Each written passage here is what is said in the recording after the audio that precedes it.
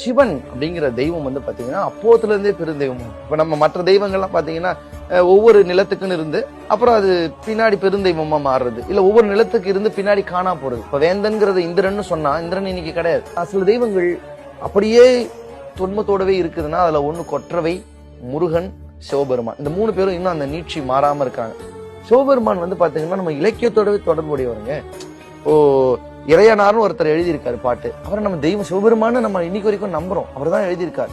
நக்கீரருங்கிற புலவரோட சிவபெருமானுடைய இது வருது. முதற் சங்கத்தை சிவபெருமான் தான் இருந்து நடத்தினாருன்னு நம்ம நம்புறோம். செக்குடார் என்ன பாடுறதுன்னு தகிக்கும் போது உலகலாம்னு சிவபெருமான் தான் சொல்லி எடுத்து கொடுத்தாருன்னு நம்ம நம்புறோம். சிவபெருமான் பாருங்க தமிழோடு, அதான் நான் ரொம்ப பெருமையா சொல்லுவேன், உலகத்தின் மொழிகள் எல்லாம் இறைவனை பாடிய போது இறைவனே வந்து பாடிய மொழி தமிழ். அப்ப இந்த பெருமை எனக்கு யார் கொடுத்தது? சிவபெருமான் அந்த பெருமையை நமக்கு கொடுத்திருக்காரு.